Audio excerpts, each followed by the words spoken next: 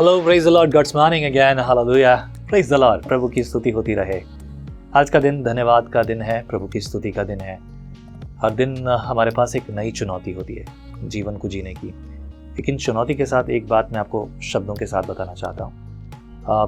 हर दिन आपके लिए एक नई चुनौती क्या है, ये नहीं कि जो चल रहा है रोज की जिंदगी, लेकिन एक नई चुनौती है कि आज मैं अपने आप को कैसे यहोवा के सामने वैसा बनाकर रखूं जैसा कि वो चाहता है, उसके वचन के अनुसार, उसके दिल, उसके मन का चाहने वाला, उसकी मन के अनुसार। जैसे कि वो दाऊद के लिए कहता है कि मेरे मन का आदमी, वैसा कैसे बनाकर रखो।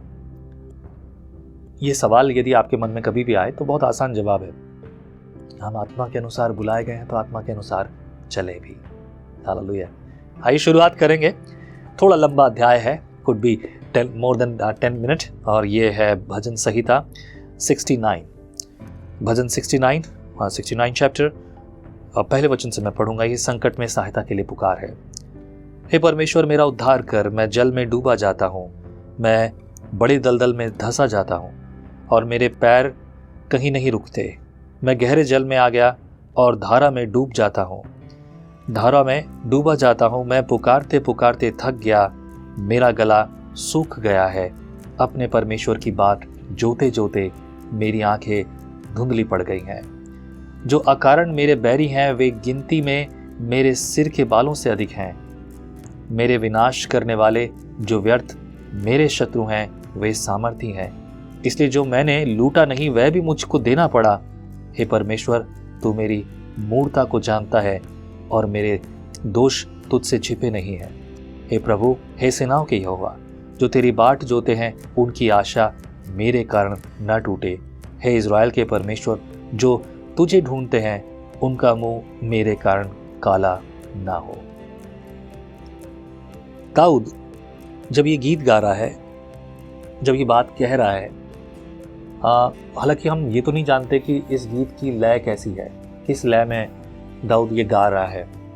और बमुश्किल बहुत से गीतकारों ने गाने की कोशिश की है भजन के कुछ भागों को लेकर, लेकिन उनके लिए भी संभव नहीं हुआ। कुछ एक दो लाइंस और वर्ड्स लेकर उन्होंने गीत बना दिए, लेकिन पूरा कोई भजन वो ढंग से गा ना पाए। आसान नहीं है जब तक आपको कुछ पता ना हो। और उस ज़माने में अभी एक शैली है, अभी भी इस्तेमाल होती है कुछ जगहों पर, ये लोकगीत की तरह कह सकते हो आप। ये इसमें दिल से निकलने वाली वो सारी बातें जो आप कह सकते हो, और अभी भी कुछ लोग इस तरह से गाते हैं, लेकिन वो सेम भजन नहीं गा सकते। आसान नहीं है, बट दे डू समहाउ। मैंने ऐसे बहुत से गीत सुने हैं, खासतौर से पाश्चात्य शैली में बहुत सारे लोग इस तरह के गीत गाया करते हैं गिटार लेकर, और अकेले लोग अक्सर ये कर पाते हैं। But when you come in public it's different. यहाँ ये गीत है और जो वो गा रहा है वो अपने दिल से बात कर रहा है, और इनमें हमेशा दिल की गहराई होती थी। और दिल की गहराई क्या है वो यहाँ है, मेरे मन को तू जानता है, मेरे पापों को भी तू जानता है।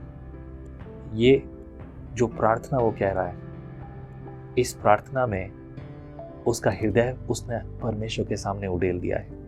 ठीक वैसे जैसे कि आज आप अपने हृदय की बात परमेश्वर के सामने रखना सीख रहे हैं, सीख गए हैं। आप अपनी प्रार्थनाओं में बैठकर परमेश्वर से बात करते हैं। मैं व्यक्तिगत जब प्रार्थना करता हूं तो मैं बहुत ज़्यादा चिल्लाकर प्रार्थना या कुछ और गहरी बातें नहीं करना पसंद करता। I just want to sit and speak to the Lord in the way I like to talk. जिस तरह से मैं बात करता हूँ वैसे प्रभु से बात करता हूँ। रिसेंटली एक घटना मेरे साथ घटी और उस घटना के लिए मैं चिंतित हो गया।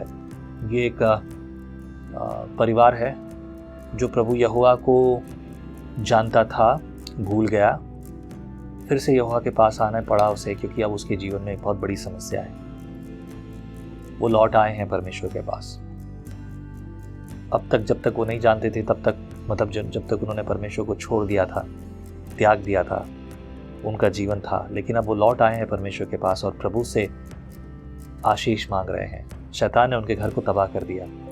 जब ये न्यूज़ मेरे पास आई तब से मैं इस बात के लिए चिंतित हूँ, और उस बात के लिए मैं ये प्रार्थना करने लगा, हे प्रभु, क्या तुझे लगता है कि मैं इस बात के लिए तैयार हूँ? क्या ये सही होगा मेरे लिए? This is what I am asking to the Lord. और ठीक जैसे मैंने शब्द अभी आपके सामने लिए, इसी प्रकार के शब्द, थोड़ा ऊपर नीचे रहा होगा, but this is how I said to the Lord. हमेशा मैं कहता हूं कि प्रार्थना करना बड़ी बात नहीं है, प्रार्थना करना कोई अनोखी बात नहीं है, प्रार्थना करना कोई गुप्त तरीका नहीं है, प्रार्थना करना कोई स्पेशल तरीका नहीं है, परंतु प्रार्थना करना परमेश्वर से बातचीत करना है। जैसे कि यिर्मयाह की पुस्तक उसके 33 अध्याय के 3 पद में लिखा है, तू मुझसे प्रार्थना कर, मैं तेरी सुनकर तुझे बड़ी बड़ी और कठिन बातें बताऊंगा जिन्हें तू अभी नहीं समझता। आप जो नहीं समझते, आपके मन में जो बोझ है, आपके मन में जो चिंता है, वो यहोवा को बता दो ना, तब वो आपको बताएगा। तो मेरा बोझ मैंने यहोवा को दे दिया, ये जानता हूं कि वो मुझे उत्तर देगा। हमेशा देता है, कभी छोड़ा नहीं। अगर छोड़ा है तो वो मैंने अनसुना किया है, वो तो मेरी गलती है। आगे पढ़ेंगे। इस प्रकार से लिखा है 7 पद में, तेरे ही कारण मेरी निंदा हुई है और मेरा मुंह लज्जा से ढपा है। मैं अपने भाइयों के सामने अजनबी हुआ और अपने सगे भाइयों की दृष्टि में परदेसी ठहरा हूं, क्योंकि मैंने तेरे भवन की धुन में जलते जलते भस्म हुआ, और जो निंदा वे तेरी करते हैं वही निंदा मुझको सहनी पड़ी है। जब मैं रोकर और उपवास करके दुख उठाता था, तब उससे भी मेरी नामधराई हुई। जब मैं टाट का वस्त्र पहने था, तब मेरा दृष्टांत उनमें चलता था। फाटक के पास बैठने वाले मेरे विषय बातचीत करते हैं, और मदिरा पीने वाले मुझ पर लगता हुआ गीत गाते हैं। परंतु हे यहोवा, मेरी प्रार्थना तो तेरी प्रसन्नता के समय में हो रही है। हे परमेश्वर, अपनी करुणा की बुलाहट से और बचाने की अपनी सच्ची प्रतिज्ञा के अनुसार मेरी सुन ले। मुझको दलदल में से उबार कि मैं धंस न जाऊं, मैं अपने बैरियों से और पहरे जल में से बच जाऊं। मैं धारा में डूब न जाऊं, और न मैं गहरे जल में डूब मरूं, और न पाताल का मुंह मेरे ऊपर बंद हो। हे यहोवा, मेरी सुन ले, क्योंकि तेरी करुणा उत्तम है। अपनी दया की बहुतायत के अनुसार मेरी ओर ध्यान दे। अपने दास से अपना मुंह न मोड़, क्योंकि मैं संकट में हूं। फुर्ती से मेरी सुन ले, मेरे निकट आकर मुझे छुड़ा ले, मेरे शत्रुओं से मुझको छुड़ा दे। हालेलुया। बहुत गहरे शब्द हैं। मेरे ख्याल से अगर आप इन शब्दों को भी अपने जीवन में इसी तरीके से इस्तेमाल करते हुए प्रभु से बात करें, तो आपको एक नया बल प्राप्त होगा। आपने कई बार प्रभु के सेवकों से सुना होगा कि परमेश्वर के वचन का इस्तेमाल करके प्रार्थना करो। वैसे इसे बहुत अलग अलग तरीके से किया जाता है। यदि आवश्यकता होगी तो मैं आपको ज़रूर सिखाऊंगा, पर मैं फ़िलहाल जो समझता हूँ आपके लिए ये ज़रूरी है कि आप किस रीति से इस वचन को अपने जीवन में समझकर और इन्हीं के अनुसार जब आप परमेश्वर से मांगोगे, तब परमेश्वर की भलाई को और करुणा को अपने जीवन में देखोगे। आइए थोड़ा आगे पढ़ते हैं। वर्स 19 पद, मेरी नामधराई और लज्जा और अनादर को तू जानता है। मेरे सब द्रोही मेरे सामने है। मेरा हृदय नामधराई के कारण फट गया और मैं बहुत उदास हूँ। मैंने किसी तरस खाने वाले की आशा तो की, परंतु किसी को न पाया, और शांति देने वाले को ढूंढता तो रहा, परंतु कोई न मिला। लोगों ने मेरे खाने के लिए इंद्रायण दिया और मेरी प्यास बुझाने के लिए मुझे सिरका पिलाया। उनका भोजन उनके लिए फंदा हो जाए और उनके सुख के समय जाल बन जाए। उनकी आंखों पर अंधेरा छा जाए ताकि वे देख न सके, और तू उनकी कटी को निरंतर कपाता रहे। उनके ऊपर अपना दोष भड़का और तेरे क्रोध की आंच उनको लगे। उनकी छावनी उजड़ जाए और उनके डेरों में कोई न रहे, क्योंकि जिसको तूने मारा वे उसके पीछे पड़े हैं, और जिनको तूने घायल किया वे उसकी पीड़ा की चर्चा करते हैं। उनके अधर्म पर अधर्म बढ़ा और वे तेरे धर्म को प्राप्त न करें। उनका नाम जीवन की पुस्तक में से काटा जाए और धर्मियों के संग लिखा न जाए। परंतु मैं तो दुखी और पीड़ित हूँ, इसलिए हे परमेश्वर, तू मेरा उद्धार करके मुझे ऊंचे स्थान पर बैठा। दाऊद के मन में बहुत पीड़ा भरी है, और हम भी कभी कभी ऐसी पीड़ा से गुजरते हैं। कभी कभी लगता है कि परमेश्वर मेरी प्रार्थना सुन भी रहा है कि नहीं। बहुतों ने ऐसे सवाल किए मुझसे, परमेश्वर मेरी प्रार्थना को कब सुनेगा।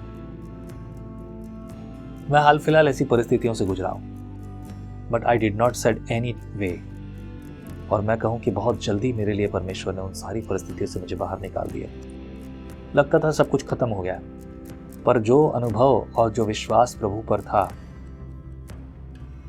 उसी से मैंने बड़ी विजय प्राप्त की।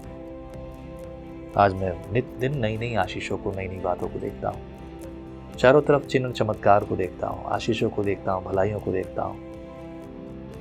खुद के लिए अभिलाषाएं तो हैं, लेकिन उससे बढ़कर औरों के लिए शांति देखकर बड़ा आनंद आता है। ये वो प्रार्थना का उत्तर है जो मैं कहता हूँ, प्रभु तेरा नजरिया मुझे दे, तेरे जैसा मैं देखूं। 30 वचन से पढ़ूंगा। मैं गीत गाकर तेरे नाम की स्तुति करूंगा और धन्यवाद करता हुआ तेरी बढ़ाई करूंगा। यहोवा को बैल से अधिक, वरन सींग और खुर वाले बैल से भी अधिक भाएगा। नम्र लोग इसे देखकर आनंदित होंगे। हे परमेश्वर के खोजियों, तुम्हारा मन हरा हो जाए, क्योंकि यहोवा दरिद्रों की ओर कान लगाता और अपने लोगों को जो बंदी है तुच्छ नहीं जानता।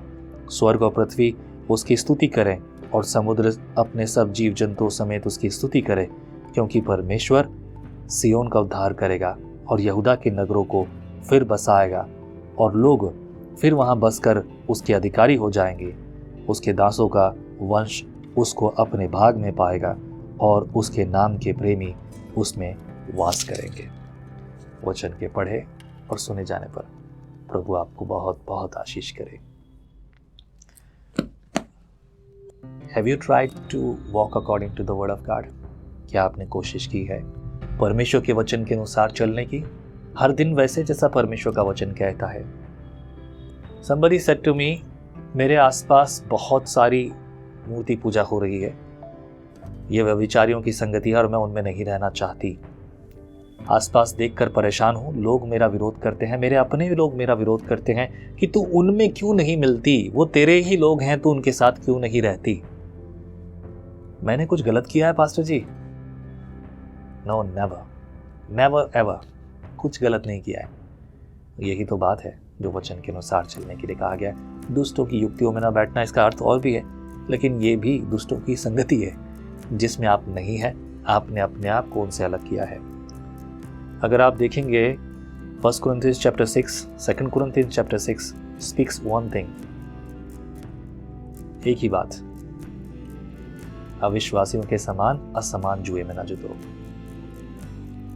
वो जुआ जो आपका नहीं है, आपका कद अलग है और अविश्वासियों का कद अलग है। यह असमान जुए का मतलब वो है, यानी कि दो बैल जो एक जैसे ना हो। मुझे पता नहीं आपने अनुभव किया कि नहीं किया, मैंने ये अनुभव किया है और तब मैं ये सोचता था, लेकिन आज मुझे इस बात का एहसास है कि वो अनुभव जो मैंने मसीह में आने से पहले किया था, वो मुझे आज ये अच्छे से सिखाता है कि असमान जुए में जुटने का मतलब क्या है। दो बैल थे मेरे परिवार में। बैल मैंने चलाया है, मैं किसान का बेटा नहीं हूँ, लेकिन फिर भी बैल चलाया मैंने। और दो बैल थे, एक बैल जिसके 6 दांत थे और एक बैल के 4 दांत थे। इसका मतलब किसान लोग अच्छे से समझ जाएंगे, यानी कि दोनों में 1 साल का अंतर था। दोनों अलग अलग थे और दोनों की ताकत अलग अलग थी। असमान जुए में जुटने का अर्थ अब शायद आपको समझ में आए। प्रभु आपको बरकत दे, परमेश्वर बुद्धि दे, ज्ञान दे। असमान जुए से हमें बचना सिखा, तेरे वचन के अनुसार चलना सिखा। पवित्र आत्मा परमेश्वर हमें अगुवाई कर कि हम तेरी मर्जी में चलें। पवित्र आत्मा अपने वरदानों से हमें भर दे, ताकि प्रभु हम तेरे आगमन के लिए ईमानदारी से, सच्चाई से अपने आप को तैयार करें, तेरी मर्जी पे चलें। गलत बातें, गलत चीज़ें हमसे दूर रहें, सिर्फ तेरी महिमा हमारे जीवन में रहे। हे प्रार्थना सुनने वाले परमेश्वर, तेरा धन्यवाद, तेरी भलाई के लिए धन्यवाद प्रभु। हे धन्यवाद का भाग प्रभु सिर्फ तेरा है। यीशु मसीह नासरी के नाम से प्रार्थना मैं मांगता हूँ, आमीन आमीन आमीन। प्रभु आपको आशीष करे, फलवंत और बलवंत करे। जय मसीह की। आप कहते हैं एक कप कॉफी मेरा दिन बना देती है, पर आपका मॉर्निंग डिवोशन विजनरी रेडियो और टीवी पर आपकी जिंदगी बना सकता है। हम हमेशा सोचते हैं कि शायद मैं भी बाइबल कॉलेज जाकर बाइबल को अच्छे से सीखता, पर अब आपके लिए है visionary TV, deep Hindi Bible study के लिए।